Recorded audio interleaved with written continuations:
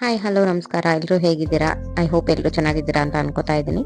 ಇವತ್ತು ಬೆಂಡೆಕಾಯಿ ಗೊಜ್ಜು ಹೇಗೆ ಮಾಡೋದು ಅಂತ ತೋರಿಸ್ತಾ ಇದ್ದೀನಿ. ಲೇಡೀಸ್ ಫಿಂಗರ್ ಗ್ರೇವಿ ತುಂಬಾ ಚೆನ್ನಾಗಿರುತ್ತೆ. ಚಪಾತಿಗೆ ನೀವು ಒಂದ್ಸತಿ ಟ್ರೈ ಮಾಡಿದ್ರೆ ಪದೇ ಪದೇ ಮಾಡ್ತಾನೆ ಇರ್ತೀರಾ, ಅಷ್ಟು ಚೆನ್ನಾಗಿರುತ್ತೆ. ಸೊ ಬನ್ನಿ ಹೇಗೆ ಮಾಡೋದು ಅಂತ ನೋಡ್ಕೊಂಡು ಬರೋಣ.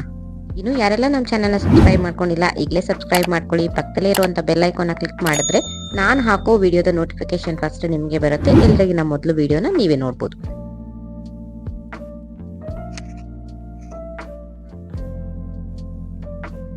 ಸೊ ಒಗ್ಗರಣೆಗೆ ಈರುಳ್ಳಿ ಸಣ್ಣದಾಗಿ ಹೆಚ್ಚಿಟ್ಕೊಂಡಿದ್ದೀನಿ, ಒಂದು ಟೊಮೆಟೊ, ಸ್ವಲ್ಪ ಕಾಯಿ ತುರಿ, ಒಂದು ಇಡೀ ಕೊತ್ತಂಬರಿ ಸಣ್ಣದಾಗಿ ಹೆಚ್ಚಿಟ್ಕೊಳ್ಳಿ, ಕರಿಬೇವು. ಈ ಕಡೆ ಬೆಂಡೆಕಾಯಿನ ಸಣ್ಣದಾಗಿ ಕುಯ್ದಿಟ್ಕೊಂಡಿದ್ದೀನಿ.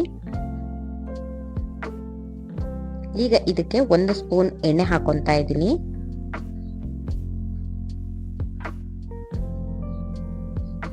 ಚೆನ್ನಾಗಿ ರೋಸ್ಟ್ ಮಾಡ್ಕೋಬೇಕು ಫ್ರೆಂಡ್. ಸೊ ಹುರಿತಾ ಇದ್ದೀನಿ. ಬೆಂಡೆಕಾಯಿಯಲ್ಲಿ ಲೋಳೆ ಅಂಶ ಇರುತ್ತೆ, ಸೊ ಅದೆಲ್ಲ ಹೋಗ್ಬೇಕು. ಅವಾಗೆ ನಾವು ಮಾಡುವಂಥ ಗೊಜ್ಜು ತುಂಬಾನೇ ಚೆನ್ನಾಗಾಗೋದು. ಸೊ ಎಷ್ಟಾಗುತ್ತೋ ಅಷ್ಟು ಡೀಪ್ ಫ್ರೈ ಮಾಡ್ಕೊಳ್ಳಿ. ನೋಡಿ ಈ ಥರ ಬರಬೇಕು. ಇನ್ನೊಂದು ಪಾತ್ರೆಯಲ್ಲಿ ಮತ್ತೆ 2ರಿಂದ 3 ಸ್ಪೂನ್ ಆಯಿಲ್ ಹಾಕೋತಾ ಇದ್ದೀನಿ. ಸ್ವಲ್ಪ ಸಾಸಿವೆ ಚಟಪಟ ಅಂತ ಅನ್ಬೇಕು. ಜೀರಿಗೆ ಹಾಕೊಂಡಿದ್ದೀನಿ. ಕರಿಬೇವು ಹಾಕ್ತಾ ಇದ್ದೀನಿ. ಹೆಚ್ಚಿಟ್ಕೊಂಡಂತ ಈರುಳ್ಳಿ ಆ್ಯಡ್ ಮಾಡ್ತಾ ಇದ್ದೀನಿ. ಸೊ ಒಂದ್ಸತಿ ಚೆನ್ನಾಗಿ ತಿರುಗ್ಕೊಳ್ಳಿ.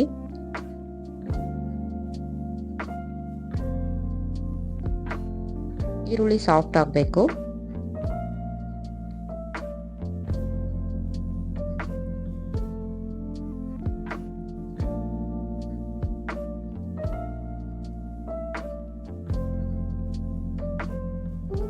ಬೆಂಡೆಕಾಯಿ ಹಾಕಿದ್ಮೇಲೆ ಚೆನ್ನಾಗಿ ತಿರುಗ್ಕೊಳ್ಳಿ. ಈಗ ಇದಕ್ಕೆ ಬೆಂಡೆಕಾಯಿ ಆ್ಯಡ್ ಮಾಡ್ಕೋತಾ ಇದ್ದೀನಿ. ಈಗ ಇದಕ್ಕೆ ಹೆಚ್ಚಿಟ್ಕೊಂಡಂತ ಟೊಮೆಟೊ, ಕಾಯಿ ತುರಿ 2 ಒಟ್ಟಿಗೆ ಹಾಕೊಂಡಿದ್ದೀನಿ.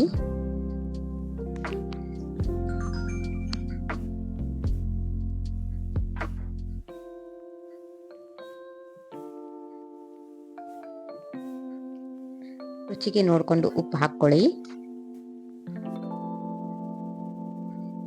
ಸಾಂಬಾರ್ ಪುಡಿ ಹಾಕೊಂಡಿದ್ದೀನಿ 2 ಸ್ಪೂನು. ಸ್ವಲ್ಪ ನೀರು ಆ್ಯಡ್ ಮಾಡ್ಕೋತಾ ಇದ್ದೀನಿ.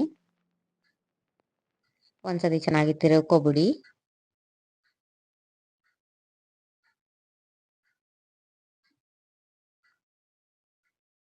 ಕೊತ್ತಂಬರಿನೂ ಆ್ಯಡ್ ಮಾಡಿ ತಟ್ಟೆ ಮುಚ್ಚಿಬಿಡಿ.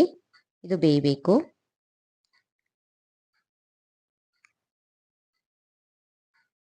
ಈಗ ತುಂಬ ಸಾಫ್ಟ್ ಆಗಿ ಬೆಂದಿದೆ, ನೀವೇ ನೋಡ್ತಾ ಇದ್ದೀರಲ್ಲ ವಿಡಿಯೋದಲ್ಲಿ. ಸೊ ತಿರುಗ್ಕೋತಾ ಇದ್ದೀನಿ. ಇನ್ನು ಯಾರೆಲ್ಲ ನಮ್ಮ ಚಾನಲ್ನ ಸಬ್ಸ್ಕ್ರೈಬ್ ಮಾಡ್ಕೊಂಡಿಲ್ಲ ಈಗಲೇ ಸಬ್ಸ್ಕ್ರೈಬ್ ಮಾಡ್ಕೊಳ್ಳಿ. ಫೇಸ್ಬುಕ್ಕಲ್ಲಿ ನೋಡ್ತಾ ಇರೋರು ಚಾನಲ್ನ ಫಾಲೋ ಮಾಡಿ. ವಿಡಿಯೋ ಇಷ್ಟ ಆದರೆ ಲೈಕ್ ಮಾಡಿ, ಶೇರ್ ಮಾಡಿ, ಕಮೆಂಟ್ ಮಾಡಿ. ನೀವು ಎಲ್ಲ ಕುಕಿಂಗ್ ವಿಡಿಯೋಸ್ನ ನೋಡಿ ಮನೇಲೆ ಟ್ರೈ ಮಾಡಿ. ಇದೇ ಥರ ಕುಕಿಂಗ್ ವಿಡಿಯೋಸು ನನ್ನ ಡಿಸ್ಕ್ರಿಪ್ಷನಲ್ಲಿ ಹಾಕಿರ್ತೀನಿ, ಹೋಗಿ ಒಂದ್ಸತಿ ಚೆಕ್ ಮಾಡಿ. ಸೊ ತುಂಬಾನೇ ಚೆನ್ನಾಗಿ ಸಾಫ್ಟ್ ಆಗಿ ಬೆಂದಿದೆ ಎಲ್ಲ, ನೀವೇ ನೋಡ್ತಾ ಇರ್ಬೋದು. ತುಂಬ ಸಿಂಪಲ್ಲು, ತುಂಬ ಟೇಸ್ಟಿಯಾಗಿರುತ್ತೆ. ಚಪಾತಿಗಂತೂ ತುಂಬಾನೇ ಚೆನ್ನಾಗಿರುತ್ತೆ. ಎಲ್ಲರೂ ಮನೇಲೇ ಮಾಡಿ ಟ್ರೈ ಮಾಡಿ ಅಂತ ಹೇಳ್ತಾ ಇದ್ದೀನಿ.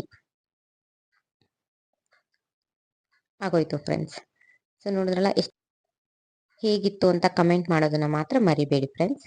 Thank you all.